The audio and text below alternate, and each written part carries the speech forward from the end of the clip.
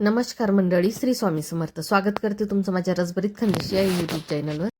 तर आज आपण ना छान अशी ड्रायफ्रूट लाडूची रेसिपी पाहणार आहोत. कारण आता थंडीचे दिवस सुरू झाल्यानंतर ना प्रत्येकाच्या घरी, कोणाच्या घरी मेथीचे, कोणाच्या घरी खारकेचे किंवा खजूरचे ड्रायफ्रूटचे असे लाडू बनतच राहतात. म्हणून म्हटलं आज आपण छान असे ड्रायफ्रूटचे लाडू बनवावे. आधी साहित्य सांगते मी कोणत्या प्रमाणात घेतलं होतं. तर पाव काजू, पाव बदाम आणि पाव पंपकिन सीड्स घेतले होते. आणि बाकी साहित्य मी अर्धा पाव घेतलं होतं. अंजीर अर्धा पाव घेतलं होतं. अक्रोड पण अर्धा पाव घेतलं होतं. मनुके अर्धा पाव, पिस्ता पण अर्धा पाव घेतलं होतं. आणि त्याच्यानंतर मग 50-50 ग्रॅम मी तीळ आणि खसखस घेतली होती. पाव खोबरं पण घेतलं होतं मी आणि सूर्यफुलाच्या बिया घेतल्या होत्या 50 ग्रॅम. एवढ्या साहित्याला मला लागलं होते 3 पाव खजूर. तुम्ही खजूरचं प्रमाण वाढू शकता. आणि तूप लागलं असेल, अंदाजे अर्धा पाव लागलं असेल सगळं साहित्य तळून घ्यायला. सगळ्यात आधी ना तर ड्रायफ्रूट छोट्या आकारात कट करून घ्यायचे. मी अंजीर पण बारीक कट करून घेतलं होतं.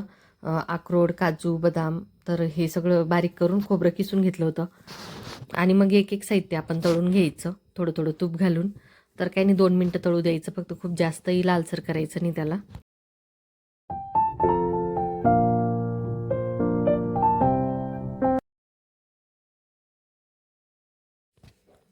तर सगळ्यात आधी मी 2 चम्मच तूप घालून घेतलं. काजू, बदाम आणि अक्रोडचे कट करून ठेवले होते. ते 2-3 मिनटं भाजू दिली मंद आचेवरती. तर खूप जास्त वेळ नाही भाजायचे त्यांना. तर नॉर्मल 2-3 मिनटं भाजून घेतले. एक एक साहित्य लगेच बाजूला केलं. त्याच्यानंतर पंपकिन सीड्स पण मी भाजून घेतले. तर 2-3 मिनटात ते छान होतात. तर सगळं साहित्य भाजून बाजूला ठेवलं होतं मग मी. त्याच्यानंतर मनुके छान असे फुलू द्यायचे आणि मग काढून घ्यायचे. एकत्र भाजल्याने काय होतं, आता मनुके फुलतात तर ते फुलले नसते आणि बाकीच्या वस्तू थोड्या हे राहून जातात. तर असे एक एक साहित्य भाजल्याने कसं 1-1, 2-2 तर व्यवस्थित त्यांना सगळ्यांना हे लागतं आणि थोडासा कच्चापणा पण निघून जातो. त्याच्यानंतर खोबरं भाजून घेतलं. तसेच तीळ, खसखस सगळंच भाजून घेतलं होतं मी. हे बघा, खसखस 1 मिनटं होऊ दिलं. त्याच्यानंतर मग तीळ घालून घेतली होती. तर तेही खूप जास्त भाजू द्यायचं नाही.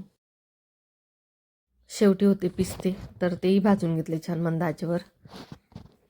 त्याचे छोटे छोटे तुकडे करून घेतले होते पिस्त्याचे. तर तुम्ही ड्रायफ्रूट अजून तुमच्या आवडीनुसार तुम्ही वापरू शकता. खारीक वगैरेही घालू शकता, पण आपल्याला खजूर घालायची होती म्हणून नाही घातले.